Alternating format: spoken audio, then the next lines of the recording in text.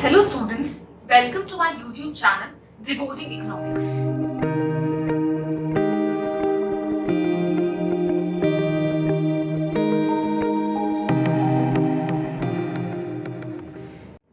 तो चलिए आज के लेक्चर को हम स्टार्ट करते हैं। तो स्टूडेंट्स आज का हमारा टॉपिक है balance of payment.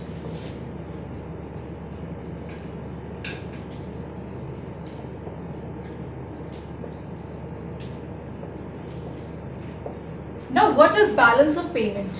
Balance of payment is the systematic record of all economic transactions of a country with the countries of rest of the world. इसका मतलब है balance of payment एक रिकॉर्ड है, that is it is the systematic record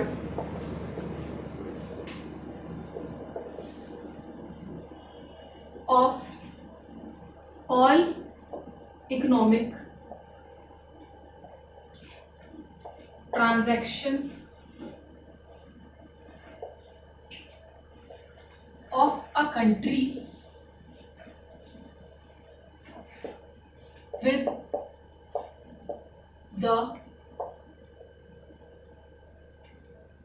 country with the countries of rest of the world. तो इसका मतलब है balance of payment है, ये एक सिस्टमैटिक रिकॉर्ड है of all economic transactions of a country with the countries of rest of the world. इसका मतलब कि जो एक कंट्री की इकोनॉमिक ट्रांजैक्शन है बाकी कंट्रीज के साथ, वो कहलाती है आपकी बैलेंस ऑफ पेमेंट। इसका एक एग्जांपल है, जैसे कि इंडिया एक कंट्री है, वो एक्सपोर्ट करती है गुड्स को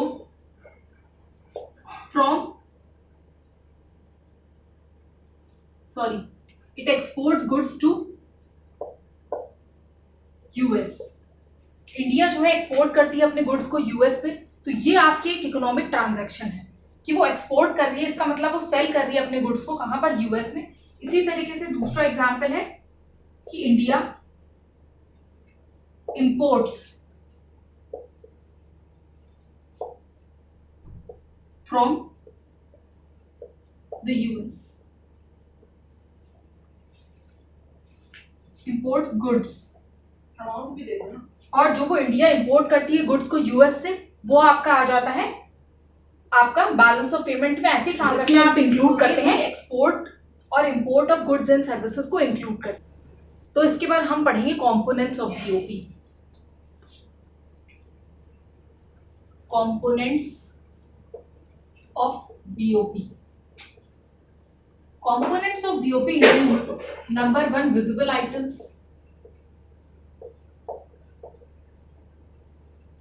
visible items का मतलब होता है the export and import of goods from one country to another. Visible items include the export and import of physical goods from one country to another. It includes physical goods, export and import of physical goods, that is from one country to another. And second is invisible items.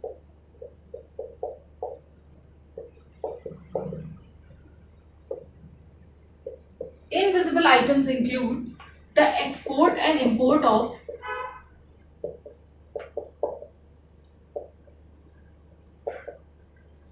services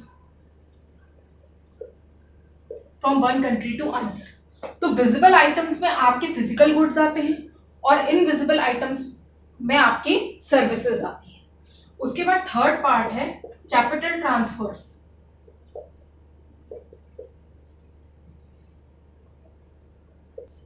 capital transfers में आपके आ जाते हैं capital receipts और capital payments. Capital receipts and capital payments में जैसे कि हम include कर सकते हैं कि हमने फॉरेन कंट्री में कोई बड़ा इन्वेस्टमेंट किया, किसी फर्म को खरीदा, किसी कंपनी को खरीदा, तो वो आपका ऐसा इन्वेस्टमेंट कहला जाएगा आपका कैपिटल पेमेंट्स की। उसके बाद कैपिटल रिसीट्स में आपको फॉरेन कंट्री से आपने बोरोइंग्स करी, तो उसकी वो आपके आ जाती है कैपिटल रिसीट्स में। तो इस तरीके से आपका ये हो गए कंपोनेंट्स ऑफ बीओपी। इसके बाद हम पढ़ेंगे what is balance of trade.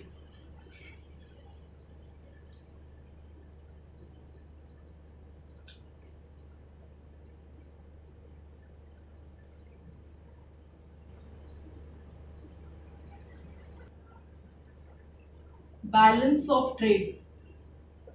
Balance of trade is the difference between export of visible items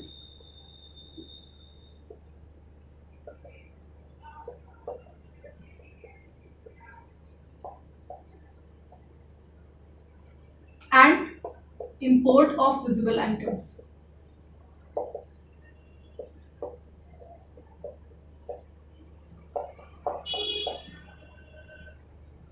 तो आपका जो बैलेंस ऑफ ट्रेड है वो डिफरेंस है किसका, एक्सपोर्ट ऑफ विजिबल आइटम्स का और इंपोर्ट ऑफ विजिबल आइटम्स का.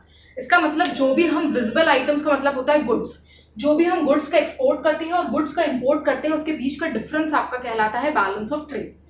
और इसमें दो कंडीशंस होती हैं, या तो आपका सरप्लस बैलेंस ऑफ ट्रेड हो सकता है या तो फिर आपका डेफिसिट बैलेंस ऑफ ट्रेड हो सकता है. सरप्लस बैलेंस ऑफ ट्रेड तब होता है जब आपके एक्सपोर्ट्स ज्यादा होते हैं इंपोर्ट्स, और डेफिसिट बैलेंस ऑफ ट्रेड तब होता है जब आपके इंपोर्ट्स ज्यादा होते हैं एक्सपोर्ट्स. इसका मतलब ये है कि सरप्लस बैलेंस ऑफ ट्रेड का मतलब है कि हमने ज्यादा एक्सपोर्ट्स किए हैं, हमने ज्यादा क्या किए, गुड्स को ज्यादा सेल किया है गुड्स को फॉरेन कंट्रीज में, और इससे हमें ज्यादा पेमेंट मिल रहा है. और इंपोर्ट्स का मतलब होता है कि हम ज्यादा बाइंग कर रहे हैं फॉरेन गुड्स की. तो ये हो गया आपका एक्सपोर्ट्स और इंपोर्ट्स. तो जब भी एक्सपोर्ट ज्यादा होते हैं तो सरप्लस बैलेंस ऑफ ट्रेड होता है, और जब भी आपके इंपोर्ट ज्यादा होते हैं तो डेफिसिट बैलेंस ऑफ ट्रेड होता है. अब हम पढ़ेंगे कि बैलेंस ऑफ पेमेंट को दो अकाउंट्स में डिवाइड किया जा सकता है. एक है आपका करेंट अकाउंट और दूसरा है आपका कैपिटल अकाउंट, जिसको हम थोड़ा सा डेप्थ में पढ़ेंगे कि ये क्या क्या होते हैं. तो पहला है current account. It includes exports of goods. आप ये भी कह सकते हैं इट इंक्लूड्स पहला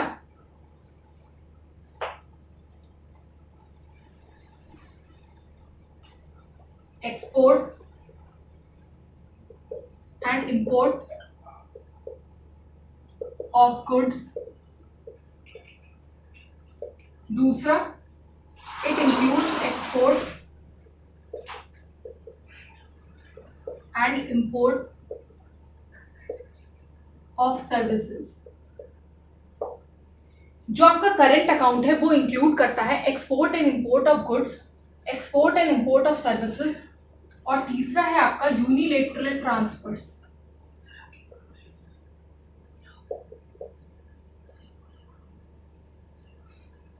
यूनिलेटरल ट्रांसफर्स में हम आपका इंक्लूड करेंगे जैसे कि गिफ्ट्स, डोनेशंस. यहां पर हम इंक्लूड करेंगे आपके गिफ्ट्स और डोनेशंस. ये हो गया आपके यूनिलेटरल ट्रांसफर. तो इसका मतलब है करंट अकाउंट में आपके export and import of goods आ जाते हैं, जो कि है विजिबल आइटम.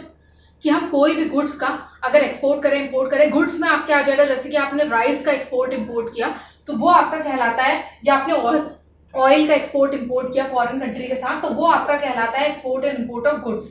फिर export and import of services में जैसे कि हमने कोई सर्विस प्रोवाइड करी फॉरेन में, जैसे कि आपने फॉरेन कंट्रीज में आप कौन सी services, like education which is provided to foreign country and from foreign country, that is known as export and import of services. इसके अलावा है आपका यूनिलेटरल ट्रांसफर जिसमें कि आपके गिफ्ट्स और डोनेशंस आ जाएंगे. इसके बाद हम पढ़ेंगे कैपिटल अकाउंट.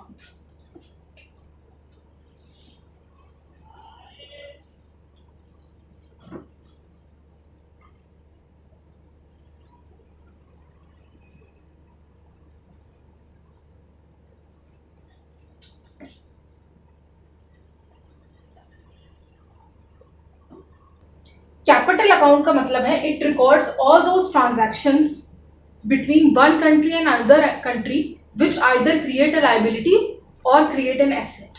ऐसी जितनी भी ट्रांजैक्शंस होती हैं एक कंट्री की दूसरे कंट्री के साथ जो कि या तो एसेट क्रिएट करती हैं या तो लायबिलिटी क्रिएट करती हैं, वो आपकी आ जाती हैं कैपिटल अकाउंट के अंदर. जैसे कि इसका पहला एग्जाम्पल है transactions which either create a liability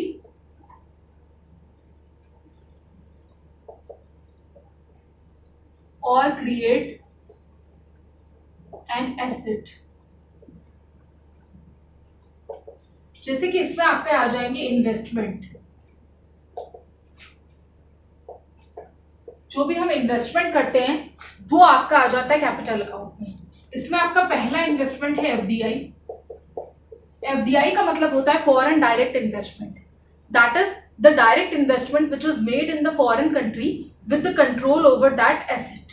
इसका मतलब है जो भी हम फॉरेन कंट्री में डायरेक्ट इन्वेस्टमेंट करते हैं और उस एसेट के ऊपर हमारा कंट्रोल भी होता है, that is called as FDI. कि जैसे हमने कोई फर्म बाय करी दूसरी कंट्री में, that is known as FDI. उसके बाद नेक्स्ट है आपका फॉरेन पोर्टफोलियो इन्वेस्टमेंट।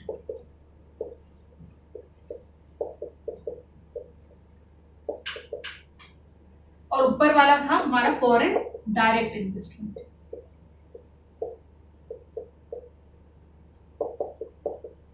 ये दोनों ही इन्वेस्टमेंट्स हैं, लेकिन इनके बीच में डिफरेंस ये है कि जो फॉरेन डायरेक्ट इन्वेस्टमेंट होता है उसमें जब हम इन्वेस्ट करते हैं फॉरेन कंट्री में तो जो हमें एसेट होता है उस पर आपका पूरा पूरा कंट्रोल होता है। लेकिन फॉरेन पोर्टफोलियो इन्वेस्टमेंट के केस में आपने एसेट को बाय तो किया दूसरी कंट्री में, लेकिन आपका उसके ऊपर पूरा पूरा कंट्रोल नहीं है, बिकॉज आप उस कंट्री के रेजिडेंट नहीं है, तो आपका पूरा कंट्रोल नहीं। That is known as foreign portfolio investment. तो ये हो गया आपका इन्वेस्टमेंट। और दूसरा हम करते हैं in the form of loans.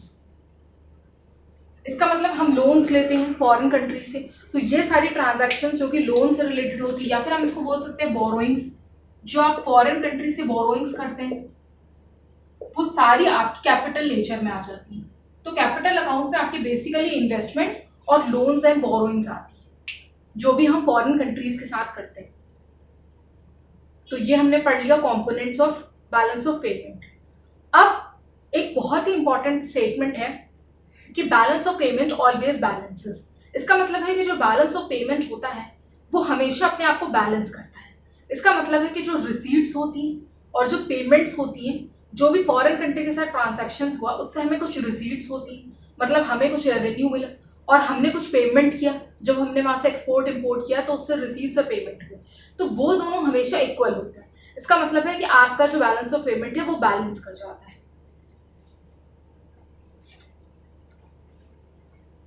इसको मैं आपको एक्सप्लेन करती हूँ।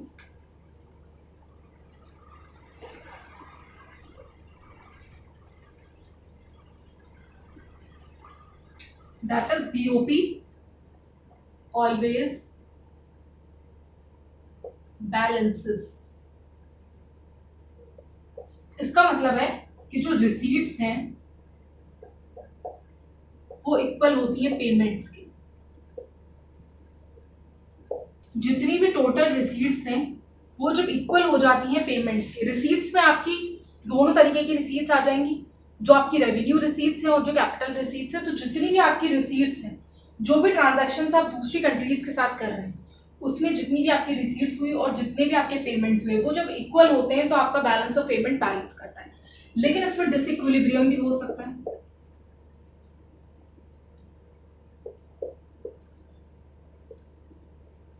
डिसइक्विलिब्रियम दो टाइप का हो सकता है, या तो आपका सरप्लस बैलेंस ऑफ पेमेंट हो सकता है, या तो आपका डेफिसिट बैलेंस ऑफ पेमेंट हो सकता है। सरप्लस बैलेंस ऑफ पेमेंट तब होता है जब आपके रिसीट्स ज्यादा होते हैं पेमेंट्स, और डेफिसिट बैलेंस ऑफ पेमेंट तब होता है जब आपके पेमेंट्स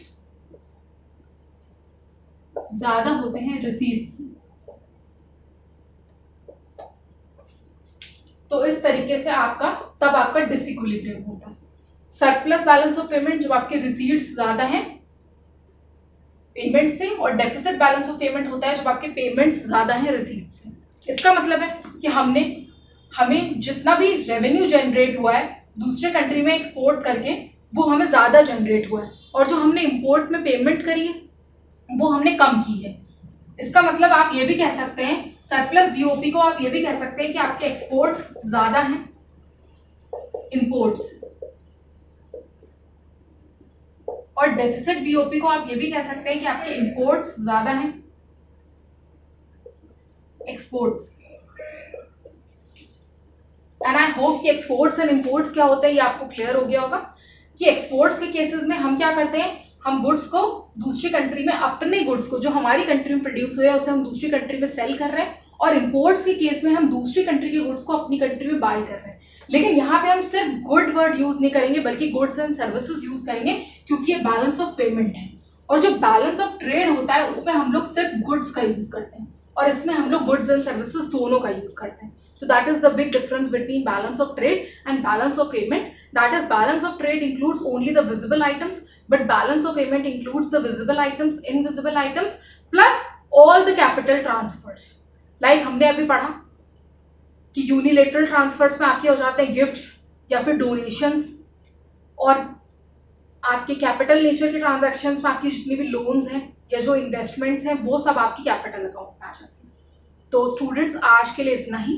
अगर आपको मेरा ये लेक्चर अच्छा लगा तो प्लीज़ इस मेरे चैनल को लाइक करिए और सब्सक्राइब करिए और press the bell icon so that you can get updates whenever I upload a new lecture. And students मेरे इंस्टाग्राम पेज को भी फॉलो करिए, वहाँ मैं इससे रिलेटेड चार्ट्स अपलोड करती हूँ। तो स्टूडेंट्स थैंक यू।